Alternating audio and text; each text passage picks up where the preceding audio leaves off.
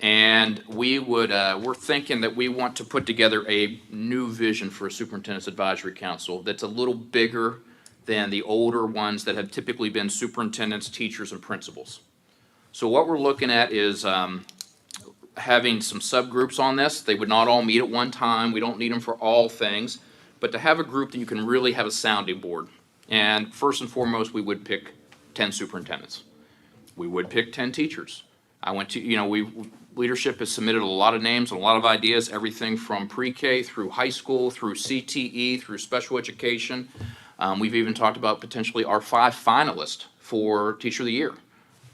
I mean, they were the top of the, principals. We definitely want principals from all areas. And here's where it gets very, very different and very, very new. We want to select 9 to 10 central office workers.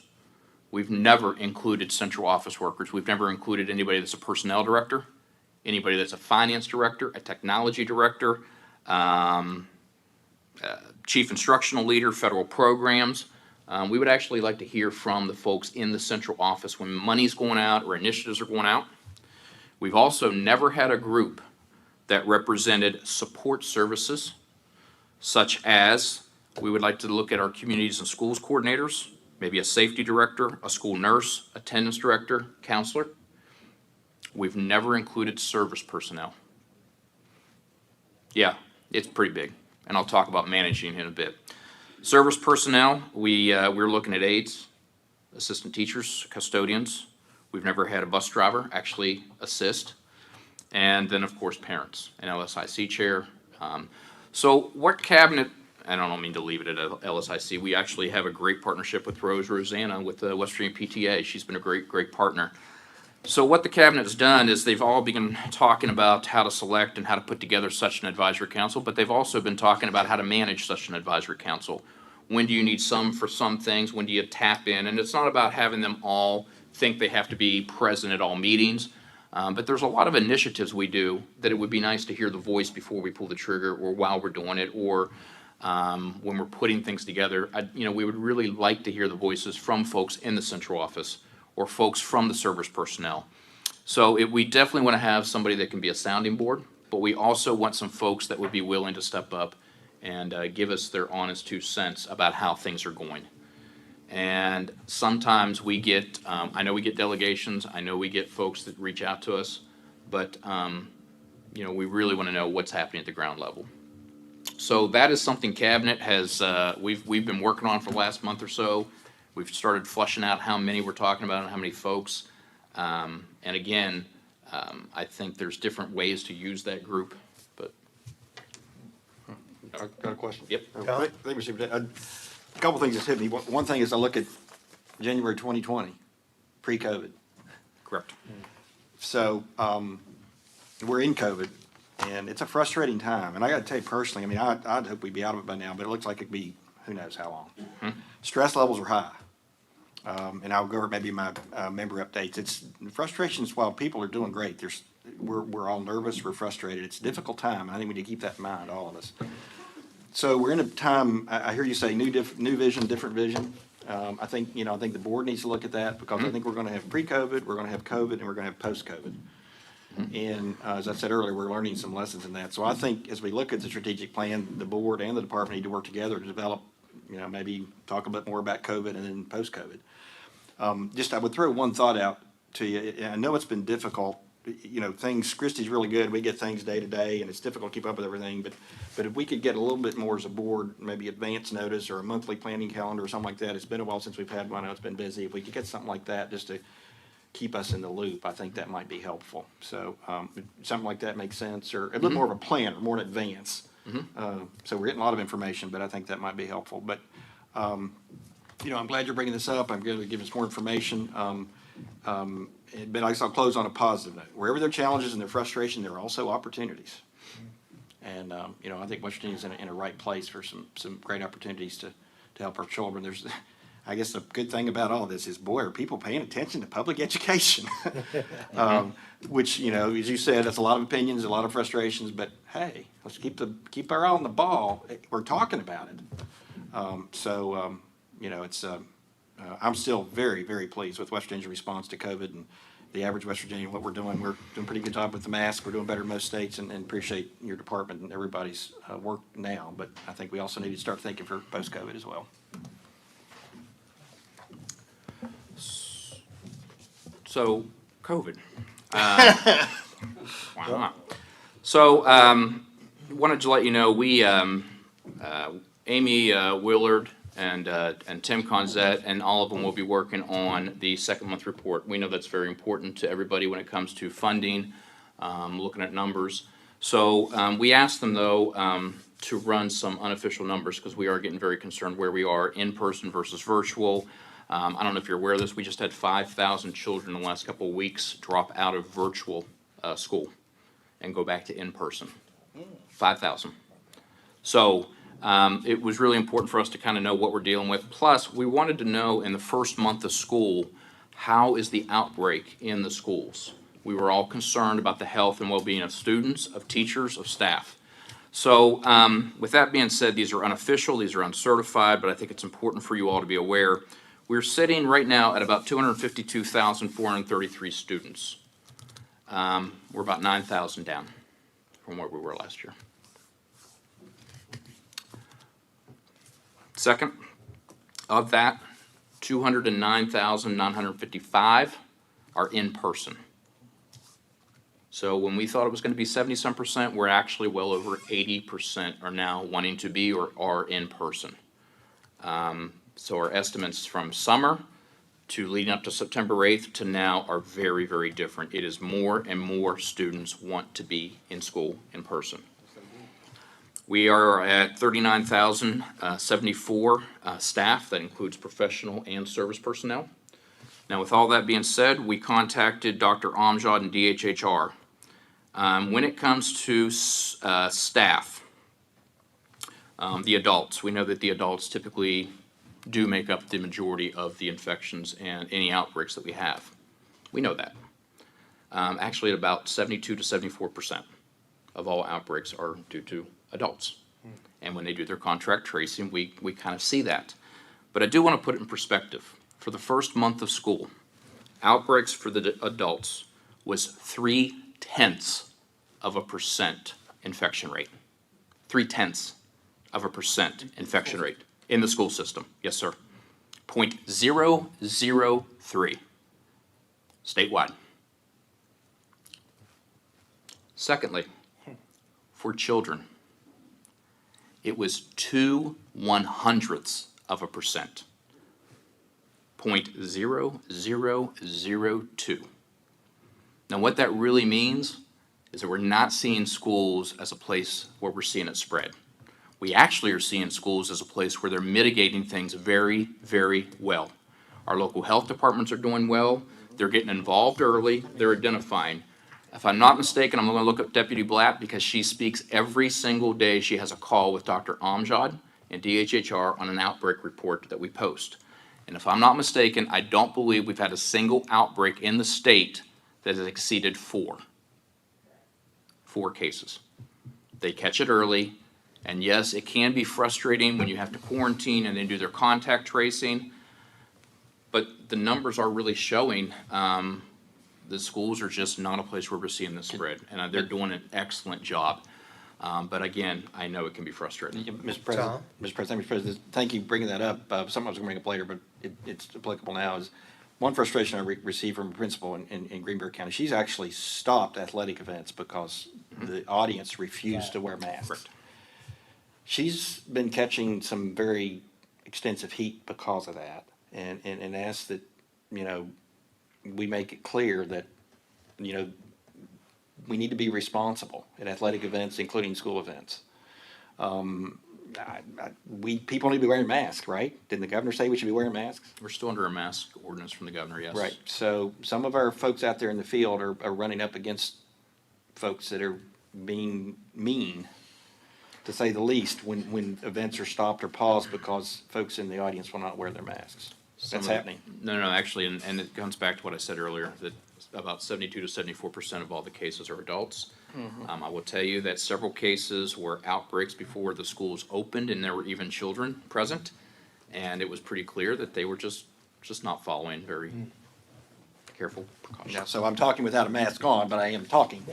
And I have been wearing a mask except when I've been talking. So, I guess my point there is that hopefully we're supportive of those, and hopefully we have people that will be understanding that the reason we're requiring masks, including athletic events, is to continue the rate you just expressed and keep our schools open. And Ryan, I'll put my mask on as soon as I finish talking.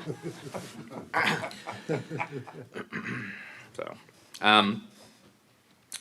but, I do think that our administrators and Michelle has reached out to the principals, so she's made sure she's been pretty adamant that when we learn to those numbers and we're seeing the outbreaks, she's very good at responding and reaching out to them.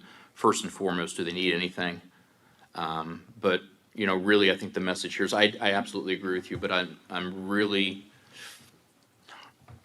just really proud of the, actually, it's very few. I don't want to go back to several months ago and have Dr. Snavely look at him and see, I told you so, but, Well, it's few, but the problem is if they're just a few, it can lead to a lot. and that's why I think they're doing a great job of identifying early and stopping early. I think by and large, everybody's doing well, but there is frustration that some people just don't seem to be compliant. Thank you, Ms. Beard. Any idea, Mr. Superintendent, what the projected rate was? Was there a projected number that the DHHR had? Well, it was interesting. We were worried that, even 1% would be, could be catastrophic. 1% of our total would, you're looking at about 2,500 cases we would need to see. And so for us to maintain the first month of school being that low is promising. But I think back to what Vice President Campbell was mentioning, we got to realize too, we're getting ready to head into flu season. We're going to see more folks indoors, so let's be diligent, and we continue to, ask our principals and our superintendents and our staff to be diligent in monitoring. Mr. Hall? Yes, ma'am. When we read in the paper about schools closing, it sounds like that's not because, you look on the department list and there were 20 schools or 20, Correct. 21 cases in schools. 21 schools. Yes. But we read about other schools that closed. Could you discuss what's going on there? So sometimes you will see a school close that is not an outbreak. An outbreak has to be 2 or more cases that are connected and together. Sometimes we will see a closure because a student or a staff member might test positive, and during the contact tracing, that person might have been in contact with multiple classrooms. If it happened on a bus, if it's a teacher that's moving around rooms. And it goes back to a discussion we had earlier this morning that if that school does not have adequate substitute teachers or backup staff and they're being asked to quarantine, we're seeing them move to remote learning during that period of time.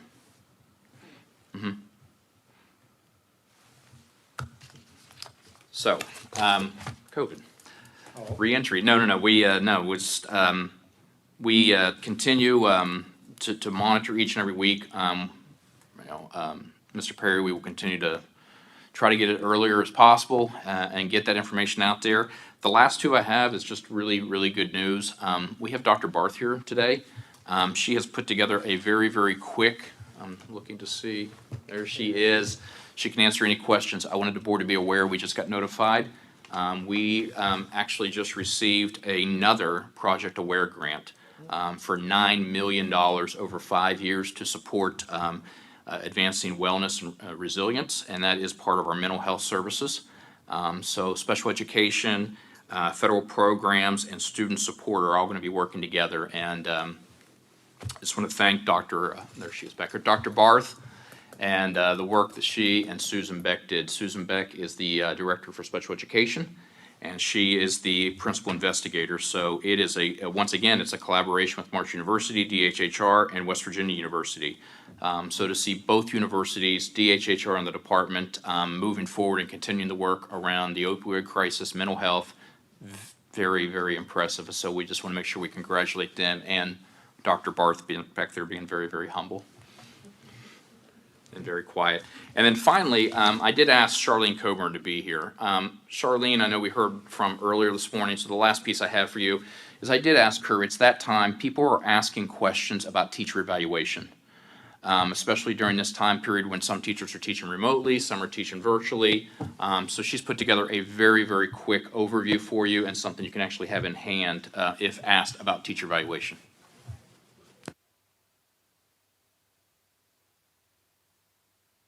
Yeah, I thought it was already on. While we are experiencing a pandemic at this point, regardless as to whether students are receiving instruction in person, virtually, or remotely, it's important for our teachers to receive feedback from their administrators. So it remains important that we continue to practice educator evaluation.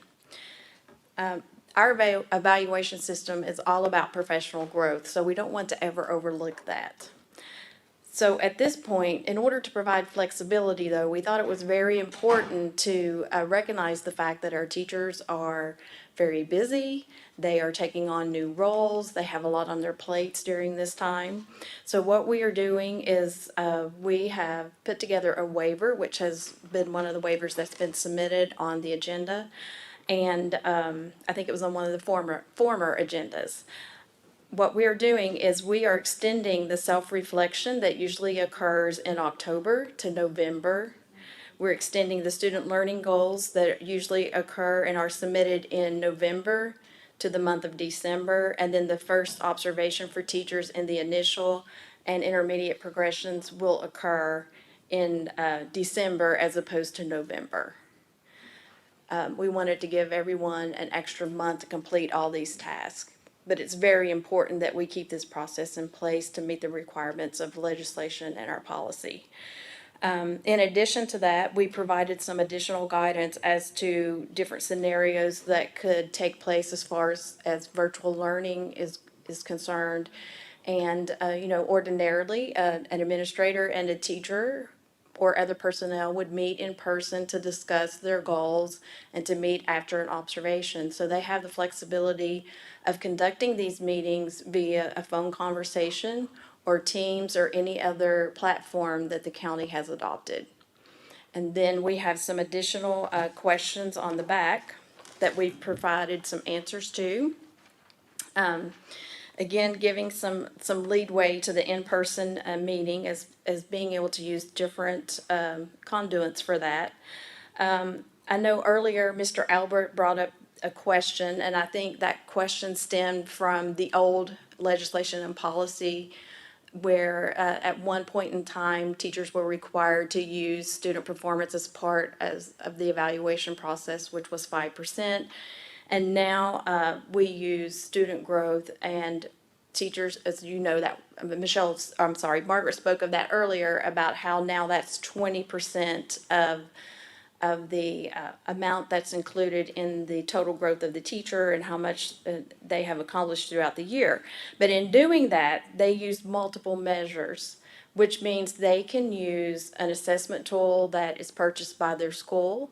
They can use a teacher-made assessment tool. They can collect evidence. So they only have to have two pieces of evidence at two different points in time, and they can choose to set this goal for a semester or for a quarter or for the entire school year. So they have a lot of flexibility in how they can do that at this time. They get to think about where their students are now and then what is their goal as a teacher and educator to help move the students forward, and then just provide that evidence, whether it's through an assessment or through student work.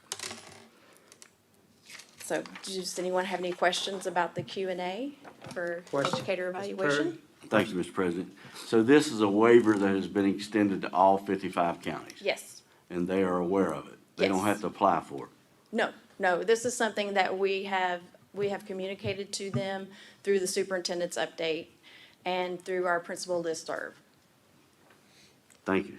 You're welcome. Any other questions, concerns? Well, President, that is the end of my report. Mr. President, I have about 3 questions. I don't know whether should bring those up under board member updates or comments, or it's not comments there, or the superintendent now. Go ahead and bring them up.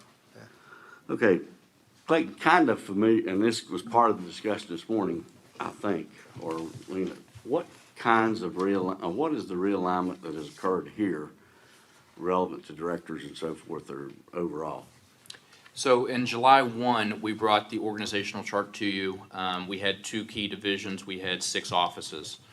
Since that time, Michelle Blatt moved to deputy superintendent, and we actually decided not to replace that. Our senior officers were doing an excellent job. The communication was better.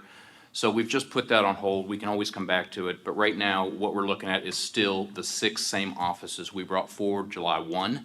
So it's the, just real quick, it's technical and adult education, it's teaching and learning, school operations and facilities and transportation. It's, I'm looking at Michelle, federal programs and support, teaching and learning, and I'm looking at Tim, technology, WVBE and integration.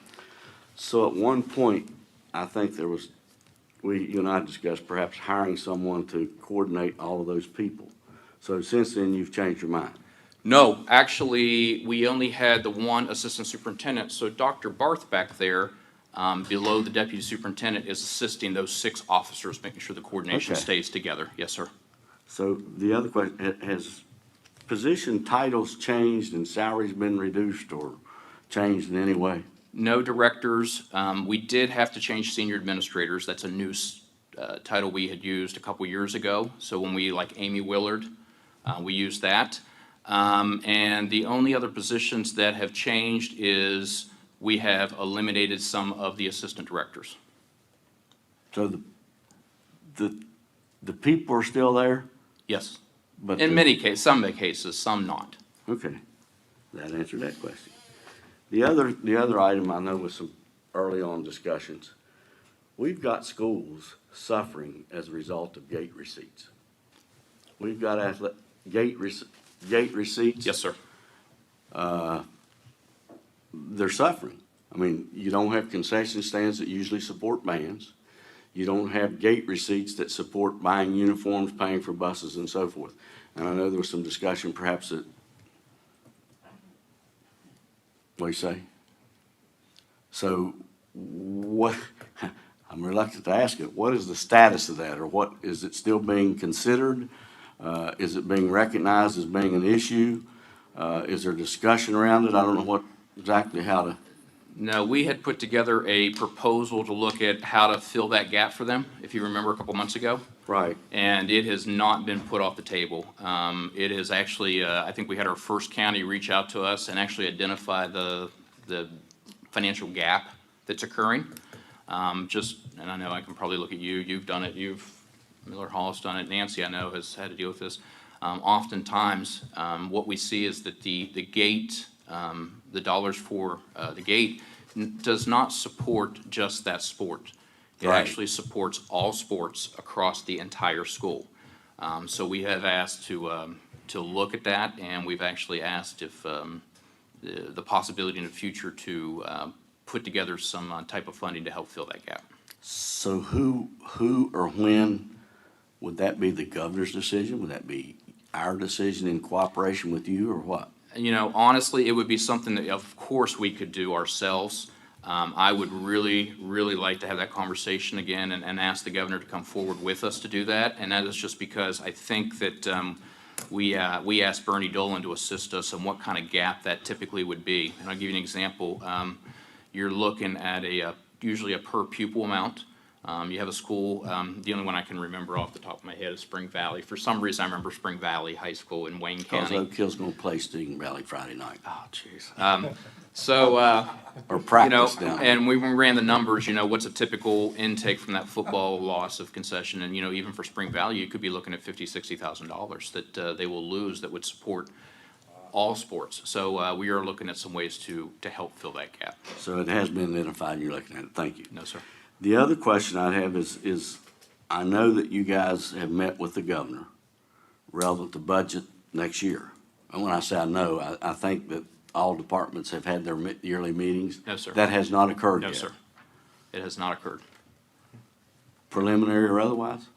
No, we have not had a budget hearing yet with the folks across the street. Okay, thank you. Do you have any idea when that may or may not Oh, occur? I think it'll be within the next week or two. We, you know, I don't want to ask the board to jump in too much, but one of the biggest things, we were hoping that would be after we got some of the second month report, because we wanted to know what we're dealing with when it comes to actual numbers of students. And I wish the vice president was here because he's got quite a bit of insight on that and studied it for about 4 years. Yes. But I guess, my simple concern at this point is with 9,000 9,000. student loss. I think the vice president said that's $63 million. Is that the number I heard? Yes. That would be lost to the Yes. state aid formula, Correct. which has a trickle-down effect to instruction. It has a trickle-down effect to student enrollment. It could have a trickle-down effect to county administrators, principals, and so forth's pay, which means it could create a larger problem in terms of people finding other jobs. So I hope at the appropriate time, and I'm sure, I feel confident you will, that it'll be represented, that somebody needs to look at filling that hole in the future. Yes. Or and- post-COVID has been said. That is exactly right. So, a couple options you have is that do we figure out what the number is to fill the hole? There's actually been discussion of what does a hold harmless look like? Hold harmless. Yes, yes, sir. So a hold harmless would be to use last year's numbers to hold them harmless at level budget until we get post-COVID. And that, has been something that's been floated around. But, Mr. Perry, when it comes to the budget, you're absolutely right. We are very, very concerned of the loss of enrollment. It will not just be something that will impact the county. We will feel that clear down into the classroom. And way back when, and you made a very responsible decision last year, when you said we're not gonna count student testing. Correct. In my mind, that's still an issue coming up. We've got last year's juniors who are this year's seniors who in a certain respect Yeah. have lost a whole year. They lost 6 months last year. They're not getting the same type of instruction as within the classroom, which and that's not to say that 10th graders and 9th graders aren't doing the same thing, but I'm concerned about those last year juniors who are seniors this year in terms of testing. And I think we talked about at that time, maybe several months ago, perhaps requesting that those not count again or some form of, that's not, I think you made a suggestion that time, something other than what I'm saying. No, I think we're saying the same thing. One of the things we talked about was, I think it will come a time where the board's gonna have to have a discussion about accountability. I think there will be, an appetite coming soon to do another assessment, but I'm not sure about counting for accountability. I think many folks wanna know where we're at with learning loss. They want a new base of where students are. And one of the things that Dr. Barth can probably speak to better than I is that, those juniors that are now seniors this year, I believe we are currently, today, as a matter of fact, is one of the SAT days for those makeups. Yes, that's correct. They are taking the SAT today for free for missing it from the spring, and it is not part of the accountability system. It is just simply, you missed that test as a junior, and we're gonna provide the opportunity to you as a senior, but it is not part of the And I wish accountability. Dr. Tucker was here to recognize that as well in terms of, I don't know the right term. Promise scholarships and Right. all of that, that is correct. So we're And we actually, extended those courtesies to last year, but this year's seniors seem not to be, not from the department, not to be getting the same kinds of considerations. And we talk about social emotional, and social emotional has to do with socialization. And these are local county decisions. And a lot of schools are cutting out social opportunities for children, such as, I don't know, homecoming, senior recognition nights and so forth. And it's really affecting the students I've heard from, unfortunately, maybe I'm not supposed to be listening, but I've heard from, are concerned that they're being left behind. Now, one school in the same county are doing these things, another school in the same county are not. So maybe this kind of discussion can occur around, guys, are you really concerned about the social, emotional participation or value to children? Because there's more than just academics. And back to the numbers, 48,000 students are participating this year in virtual by choice. Right. So that's 48,000 students right now. I think we'd have to probably look at Tim or Monica Delamay to find out, even beyond the high school students we're referring to. We've heard Tom Williams here in Kanawha County mention his concerns of the K2 and K3 students that are on remote or virtual learning by choice.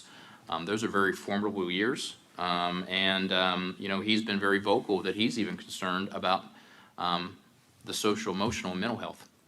And I know the blended schedules, and we've heard it already this morning, and I hear it also from teachers as well. It's overwhelming teachers. They are. And we have several, Ohio County, Nicholas County, I'm looking at Michelle, Wood County. They have just wrapped up in Kanawha County, have wrapped up their initial blended and have moved to a 4 or 5 day model. CARES money, can it be used to pay overtime or additional pays for people doing double work or double preparations and so forth? There's very little restrictions on CARES funding. You apply for it. It has a very, very wide use, very flexible. How was that doled out, or how will it be doled out? It's online. You can go county by county, exactly how much each county got. And then you can also break down and look at the additional, how many millions, Michelle? 13 million on top of the CARES funding that the department provided the counties through an application. So it's already out there? Yes, sir. And I appreciate it, because all that stuff is concerns out there among the educators. And it's not, we haven't finalized anything, but Steve Wotring, you all know, is the head of this year's president of the ASA. He's been a great partner. He's reached out and he has started a conversation of first month of school. How are things going? How's the budget? How are things lasting? And what do we need to start preparing for looking to the future? So we hope to be having that conversation with Steve soon of, how are the funds lasting? Of course, we all hope that there will be another stimulus package to support the schools. How are they, Dr. Wilson? how are these funds allocated, by per pupil, or? Yes, sir. Yeah, CARES funding is based on per pupil and Title I allocations. Any more questions? Deb? Just a quick question. Every year we hear about teacher vacancies. Are we, and staff vacancies. Are you seeing differences this year? I'm being really honest with you, Ms. Sullivan, I think you will. I actually think when we talked about this morning, the lack of substitutes, we've been having conversations in cabinet of, we're gonna have to look at, I know we don't have highly qualified as per the federal government any longer, but we still have a lot of teachers out of certification areas, lack of teachers. We're still seeing, the special education, the math, this. Well, just a thought. There are hundreds of thousands of teachers and other educators who've been laid off across the country. What can we, the board or the department, be doing to say, come on? We need to call Chelsea Ruby from tourism and say, can you? Well, you laugh, but I think that there's an opportunity for us to look at who's out there, and more importantly, to have them look at us. Virginia's laying, I read the other day, I forget how many, 57,000, I think. They've lost 57,000 students.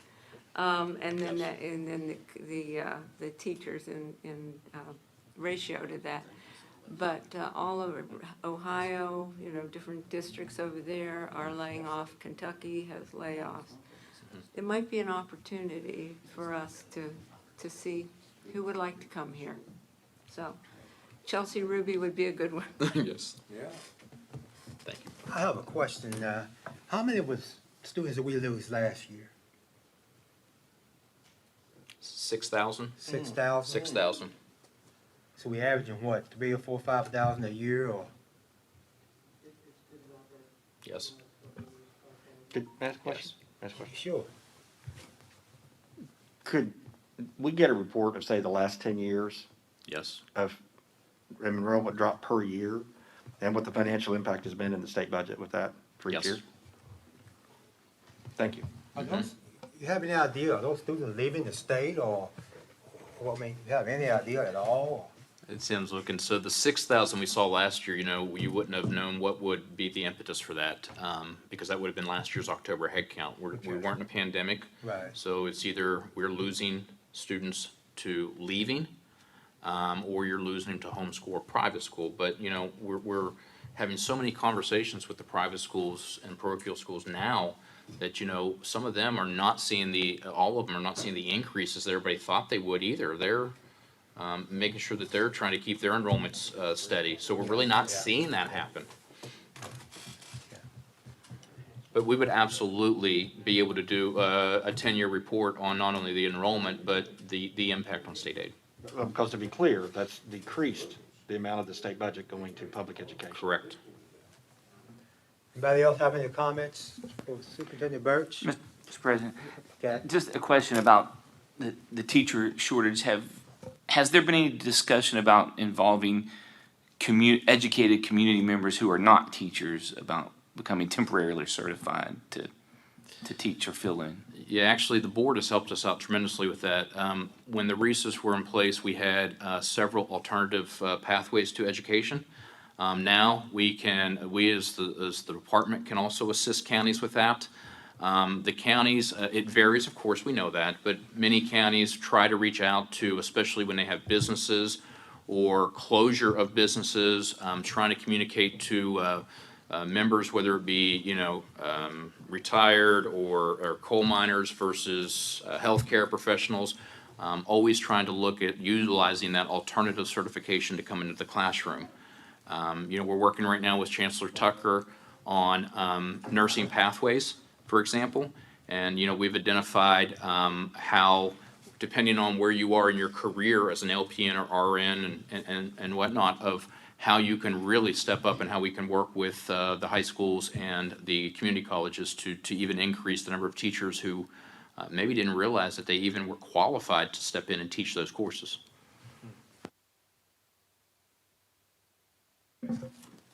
Earlier, you gave us the number of students, about 252,000. Correct, 433. Yes, 433. I did write that down, but thought I'd round it. Yes, ma'am. And 209,955 in person, I believe. Yes, yes. Included in these numbers, do the homeschool students who are taking virtual classes, are they showing up in those numbers? No, only if they're full-time. Only if they're full-time virtual? Correct. Okay, so the homeschool students who are taking A one class. virtual class, they're Not just in this on, number. they're not, okay, No. thank you, that's welcome. helpful to know. Yes, yes, actually, that's a head count. And, Okay. you know, it's something, you know, I don't want to muddy the waters, but, you know, Amy and Tim have been very clear with me that, Nancy, you'll understand that. Amy is like, Clayton, this is the head count. It's not the FTE. So that's every student's head count. Now, some of these students aren't even full FTEs. So when you see that 252,000 number, it may show up very, even smaller than that, because these are students that may only be coming for or being counted for partial time or, you know, particular services. So when the FTE and they finish that data set, it's really important that we look at the difference between the head count and the FTE. Thank you. Any other questions? Thank you, Superintendent Birch, for that report. Next, we have number 9, board updates. Start with Mr. Perry. No updates, Mr. President. Okay. None for me, sir. Well, I'll have to tell you about communities and Okay. schools.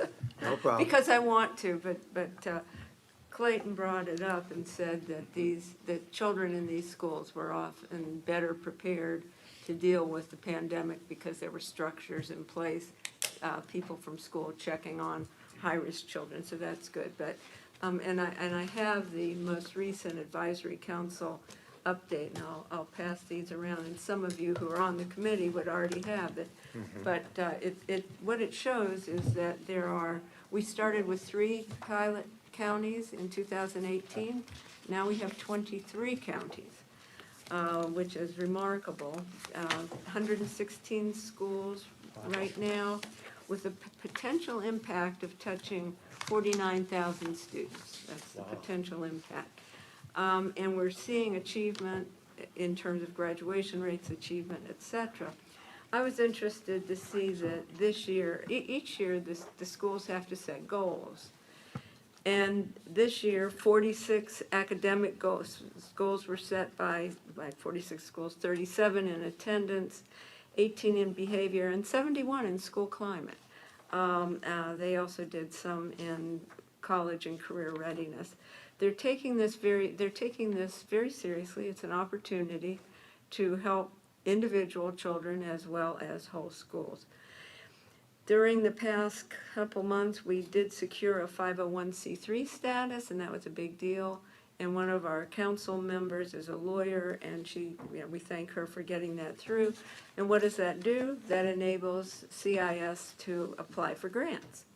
So we've gotten a Benedum grant and a Toyota grant, and I want to say a Target grant, and we've applied for some others. So, and when I say we, that's not me, it's the department people in that office who are applying for those grants. So it's been remarkable to see the work that office is doing with the schools. And I'm going to get up here, I'll be Vanna White here for a second. Oh, that's okay, we have to buy. We don't have to.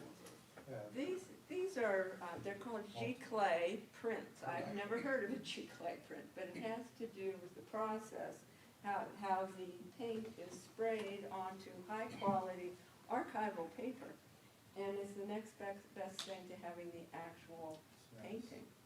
And this one was done by Greenbrier County native Max Hazlett, who is now in his 90s, and he's a nationally renowned artist, but he's living in Washington State. So we have gotten a real good deal from Mr. Hazlett, and we bought 500 of these to sell. And the proceeds all will go to communities and schools. So for $75, you too. Which is fully tax deductible. They make great Christmas presents and corporate, and what? Well, that's close to the right number. But, so if you're interested in one, you can get in touch with me, but probably get in touch with Cynthia Sorzeza and Charlene and the folks here in the department. They can help you get these.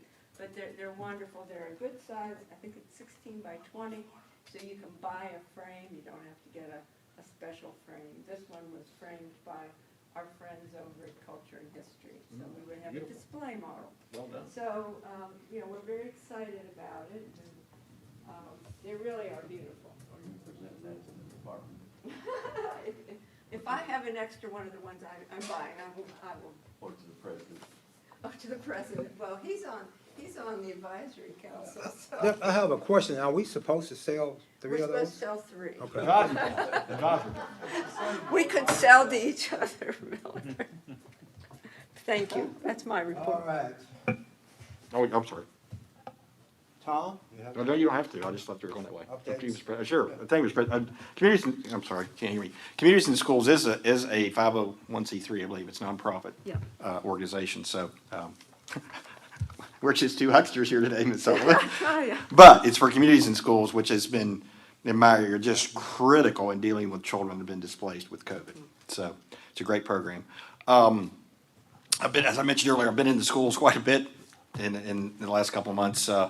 One thing I have noticed I've mentioned some frustrations. I'll close on a high note, but there is growing frustration from students and teachers that we're not in school 5 days. Now, we all know why we're not, but there's growing frustration. I can sense a level of, we want to do this. There's also a big frustration with pardon my use of terminology, it's outdated, vocational. But technology-related education. The teachers there are telling me, in Greenberg County is going short days. They're going 2 short days. I've split it up, and they say it's just not, they can't do technical education in 2 short days. It just won't work.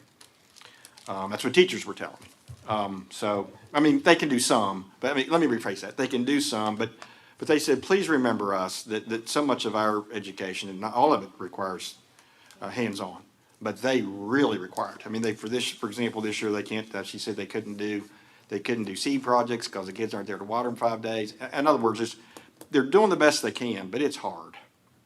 And when I was in the schools earlier, it was kind of new, and, you know, we're really doing this, but now it's getting to be a little bit of a, and I won't say we can do anything about it. I'm just sharing that, you know, that frustration is out there.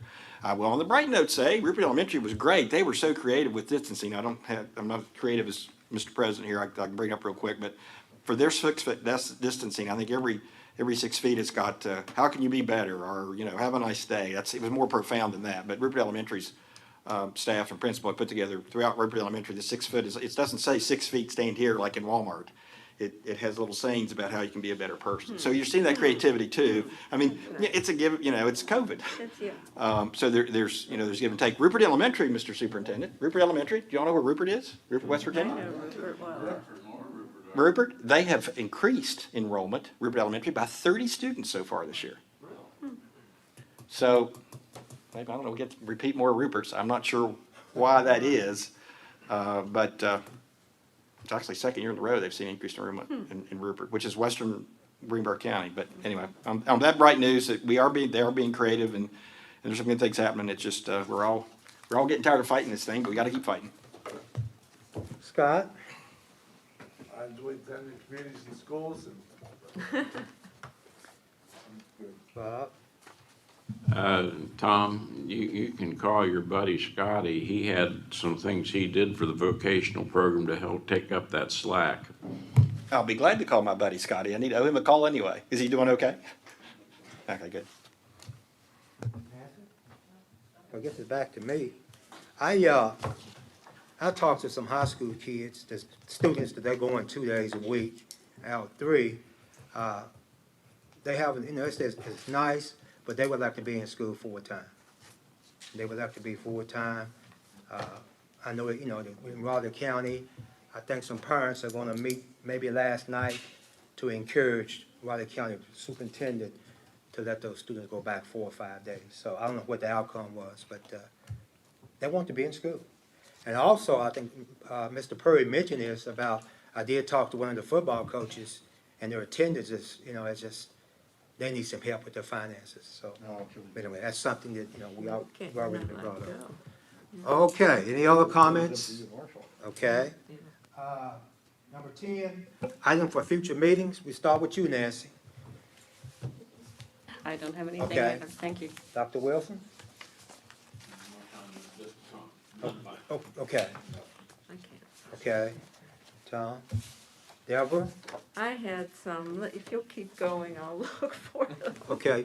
Mr. Perry? I think we talked about Kelly Talbot. Yeah, as we an talked item about for a Kelly. future meeting. Right, I don't know where it was. okay.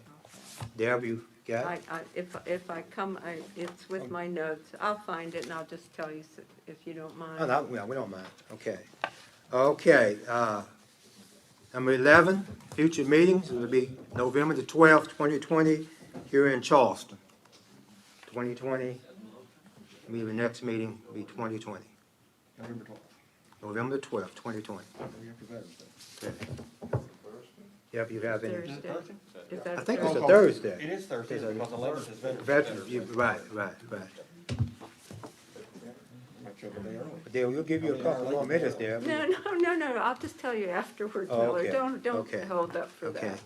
12, adjournment. I have a motion to adjourn. So move. Second? Oh, that was quick.